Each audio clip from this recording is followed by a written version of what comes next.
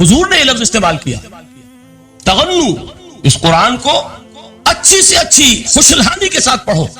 من لم یتغن بالقرآن فلیس منا، جو قرآن کو بہتر سے بہتر انداز میں، اچھی سے اچھی آواز میں، خوشلحانی کے ساتھ پڑھنے کی کوشش نہیں کرتا، وہ ہم میں سے نہیں ہے. بلکہ ایک مرتبہ حضور رات کے وقت آپ گشت پر تھے اپنے ساتھیوں کے حالات معلوم کرنے کے لیے.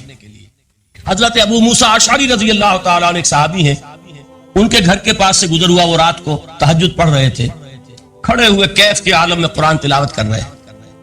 حضور کو بہت پسند آئی ان کی قرات، کافی دیر تک وہاں کھڑے سنتے رہے. اب انہیں کیا پتا کون سن رہا ہے.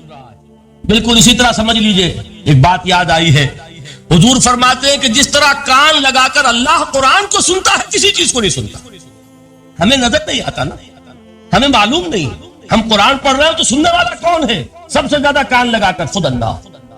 یہاں اس لیے مجھے یاد آیا کہ ابو موسیٰ اشعری کو کیا پتا تھا کہ کون سن رہا ہے. اپنی کیفیت میں نماز میں تہجد میں قرآن کی تلاوت کر رہے تھے، اور ظاہر بات ہے ان کے گھر ایکڑوں میں بنے ہوئے نہیں تھے، ایک ایک کمرہ، ایک ایک کوئی حجرہ، ایسے ہی تو گھر تھے نا صحابہ کے.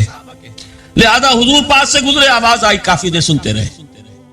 اس کے بعد آپ تشریف لے گئے، صبح فجر میں ملاقات ہوئی تو حضور نے تحسین کے انداز میں فرمایا، یا ابا موسیٰ انک قد اوتیت مزمارا من مزامیر آل داؤد. ابو موسیٰ تمہیں تو آل داؤد کے سازوں میں سے ایک ساز اللہ نے عطا فرما دیا ہے. جس طرح حضرت داؤد، لہن داؤدی مشہور ہے کہ جب وہ پچھلے پہر رات کو حمد کے ترانے الاپتے تھے، قرآن میں ہے کہ پرندے شامل ہو جاتے تھے ساتھ، اور پہاڑ وجد میں آتے تھے، پہاڑ بھی ان کے ساتھ شریک ہوتے تھے.